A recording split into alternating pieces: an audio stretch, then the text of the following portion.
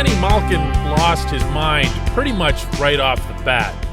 Chris Letang, he took a little longer, but he seemed determined to lose his mind, and eventually did. Good morning to you. Good Sunday morning. I'm Dejan Kovacevic of DK Pittsburgh Sports. This is a special bonus unwanted edition of Daily Shot of Penguins. It comes your way usually every weekday morning, bright and early. But I'm here to annoy you from lovely Uniondale, New York, after the Penguins' 4-1 loss in Game 4 of these Stanley Cup playoffs. Because that's kind of what I do. There's stuff to say. Didn't feel like waiting until Monday. So if you don't feel like listening to it, there's a pause button or a stop button and a delete button, whatever else you got there. You don't have to put up with my commentary on a game that really doesn't have a whole lot of positive to say about it. The Penguins' first line of Sidney Crosby, Jake Gensel, Brian Rust generated virtually nothing, but then neither did the rest of the lines. The defense core, which had been so stable really for a long time now, gave up big plays for the first time in weeks. The only good thing I can say, if anybody really wants to push it in that regard that's any good, I thought Tristan Jarry was terrific. Yeah, I know he gave up 4 goals, but one was a point-blank shot by a sharpshooter, meaning Jordan Eberle. 2 others were put in by his own guys. And then another was Letang shoving Anthony Beauvillier into him before the Josh Bailey goal that was the icebreaker. That's 0 for 4 in terms of blaming the goaltender. Jarry was really good. Rest of it, not. But I guess the part that's going to jump out the most, the part that's going to define this game the most, is going to be the lack of discipline. Malkin got that ball rolling right away with his coincidental minors with Cal Clutterbuck, because that's a trade you want to make, sending both of those guys off the rink. And it was exactly what you wouldn't want anyone to be engaged in, meaning this specific thing was Malkin was going to his bench, Clutterbuck was going to his bench. They bump shoulders, Malkin says something, and then Malkin starts doing all kinds of face washes and whatever else, and Clutterbuck, of course, is taking it. He's not leaving it. He wants that face wash. He wants the referees to notice and to send Gino off. He wants Gino to get frustrated. They want Gino to get frustrated because they think they can light his fuse. And you know what? They can, and they did. They also think they can do that with Letang. And you know what? They can, and they did. And it wasn't a particularly good look for either of those two.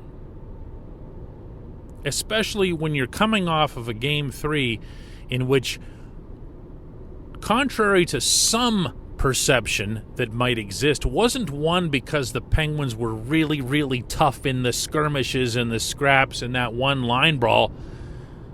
It was won because the Penguins kept their eye on the prize. It was won because they stayed, to use the term that Brandon Tanev, of all people, applied, they stayed calm. Calm. There was audio of him on the bench during that game that came out afterward, of him yelling to the rest of the bench, stay calm, let's do our thing. And they did their thing, which is to score goals. This stuff wasn't their thing. I asked Malkin about it afterward. Gino, how important is it for this team to show more discipline than it did today? Oh yeah, of course. We understand we take too many penalties tonight, and of course next game we need focus and play discipline. don't give them any chance to play power play and like not take like bad penalties. Not all that convincing, huh? He'd go on later to say that the Islanders were trash-talking us and it's not easy to turn away from that stuff. Come on, dude. You're 34 years old. You've been in the league for half your life now. Can't turn away from that stuff. I was more put off by that than I was his actual actions on the ice. Because that made it sound like, yeah, this is going to be a problem again in Game 5. Come on, man. If he can't get through to himself with some common sense here, then somebody else on the club needs to do that. Maybe not even at the coach level. Letang's different. Letang, when he sets his hair on fire, for the most part, it tends to be a good thing. Letang has been not just good or very good. He's been extraordinary through these playoffs. He's been the best player in the entire series. So I'm more than willing to give a mulligan for the shoving of Beauvillier back into Jarry that led to one of the New York goals. But then as you're watching him over the course of the game, and I actually said it at the time before it happened, Letang is just a bad penalty waiting to happen. So when he gets into his mood, he's going to find somebody to whack. He's going to find somebody to do something to. And it doesn't fade. Like, he'll just stay with it. Even if it carries over through the intermission, he'll stay with it. And he did. He started getting in his bad mood in the second period, barking at guys, barking a lot at the refs. Penguins did a lot of that, and actually with cause, but my point here is poise. And then the third period comes along, and he takes his ugly interference penalty.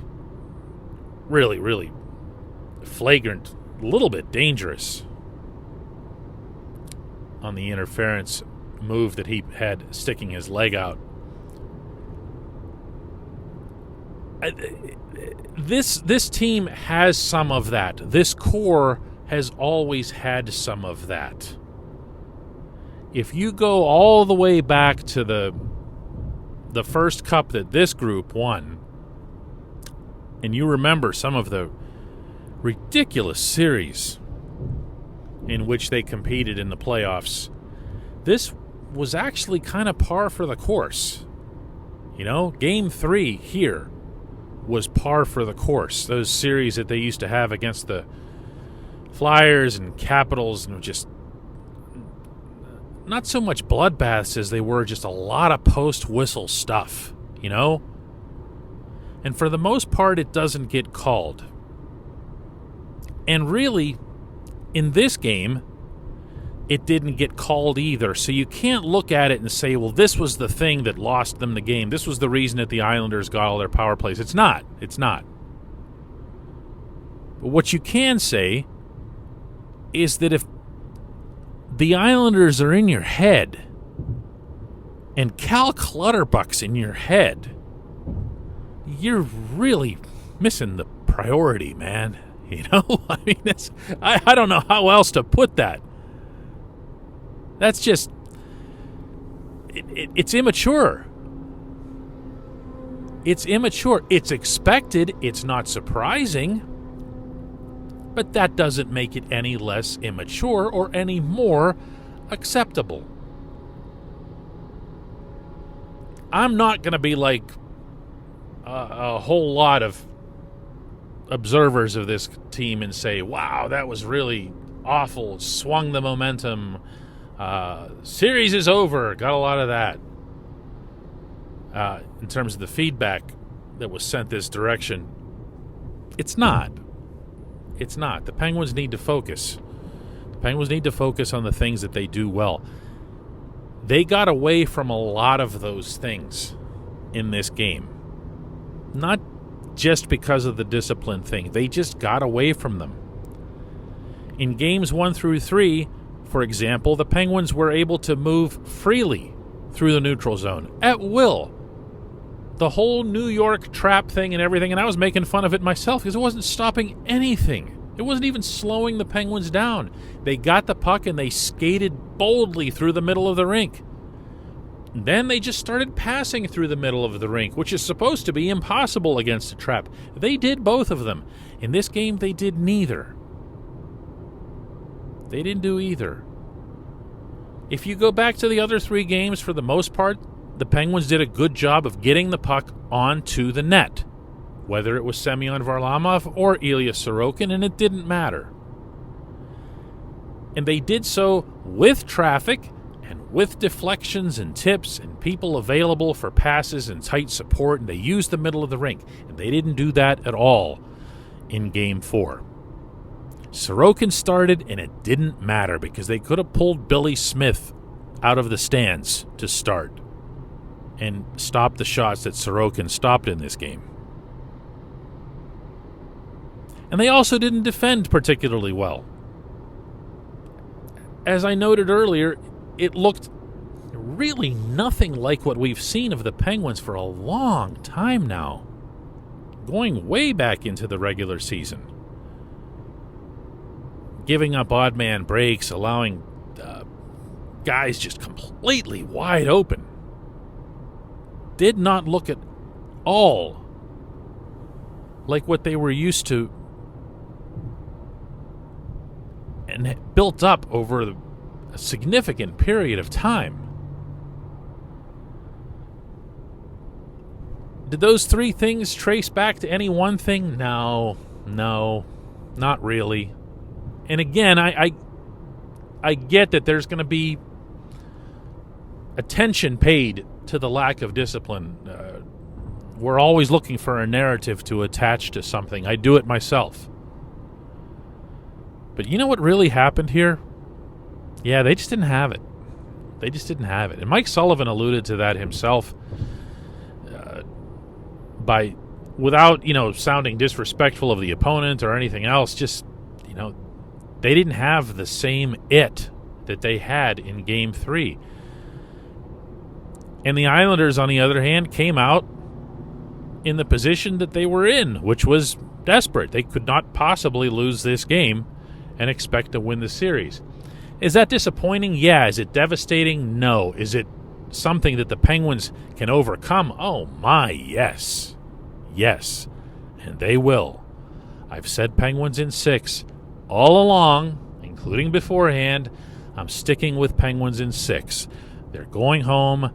They've been unbelievable at home. Just the surroundings, never mind the fans and the other stuff, but just the surroundings and all of the success that they've had in that building this season, playing the game their way, I think is going to restore the equilibrium that they need, including the discipline.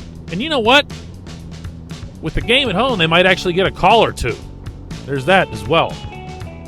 When we come back, just one question.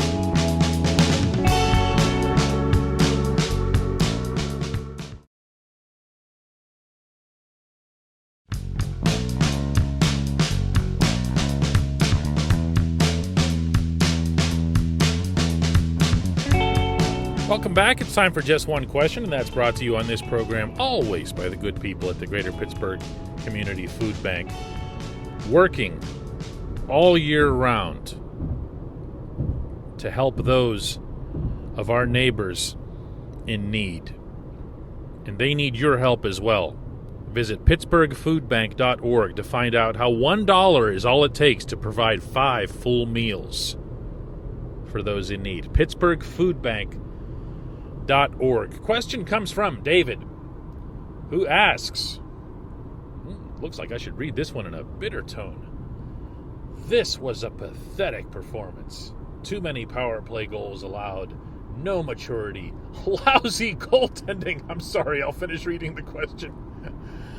How does that magically get turned around in Game 5? Well, David, if you want the goaltending to turn around in Game 5, it's going to be a short series because Jari was really, really good. I used to have a boss back in my newspaper days who would say that people who don't really follow hockey very closely, think of the goaltender as being like the catcher in baseball, where they're literally supposed to catch everything. Nothing's supposed to get past them. And when it does, it is, of course, the catcher's fault. Crazy stuff. How do you watch that game and think that Jarry was a problem, never mind the problem? But I digress here. I'm being civil. The question was, how does that magically get turned around in Game 5, referring to power play goals, maturity, and lousy goaltending? The maturity, I think, will take care of itself, as mentioned in the previous segment. Power play goals allowed, best thing to do is to not take as many penalties. Sullivan sounded legitimately put off by the number of times the Penguins were in the box, although it was a very hard read between whether he was suggesting that his team was guilty of taking too many or if the refs were just really one-sided, which, the score sheet would support.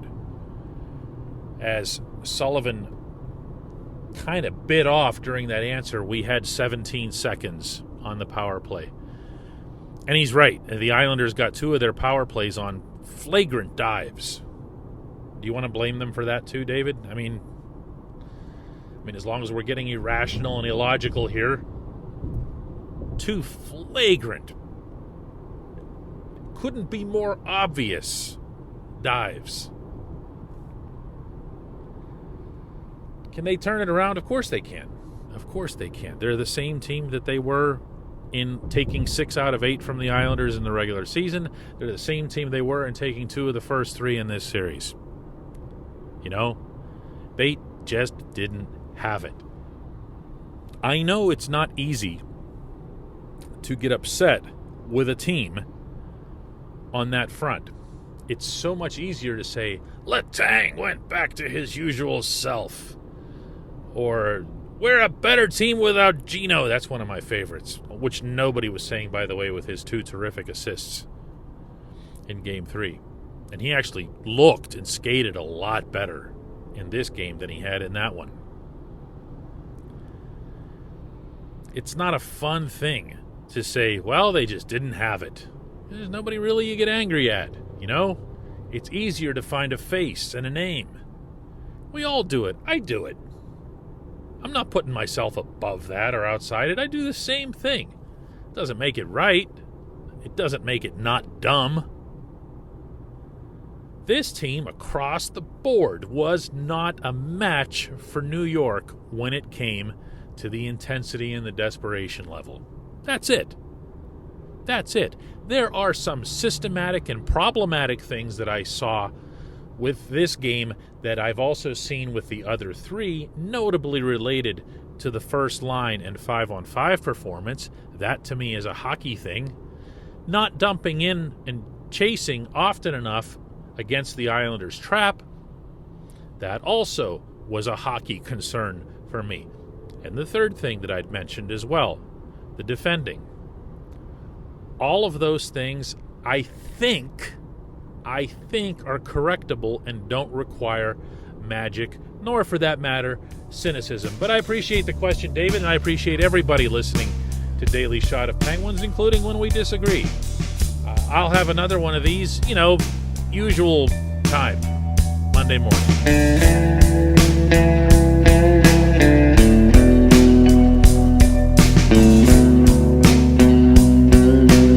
At Point Park University in the heart of downtown Pittsburgh, they understand there's no substitute for real-world experience and career-building connections. Their innovative curriculum engages students with distinctive experiential learning opportunities. Point Park's pioneering co-op program empowers qualified students to work in full-time, paid positions with their corporate partners while earning college credits. Visit pointpark.edu/works to learn more. Career ready. That's the point. Point Park University. Your front door, your car, your gym locker, your gun. Safety is a habit. Learn more about how to keep guns safe and secure. Visit projectchildsafe.org.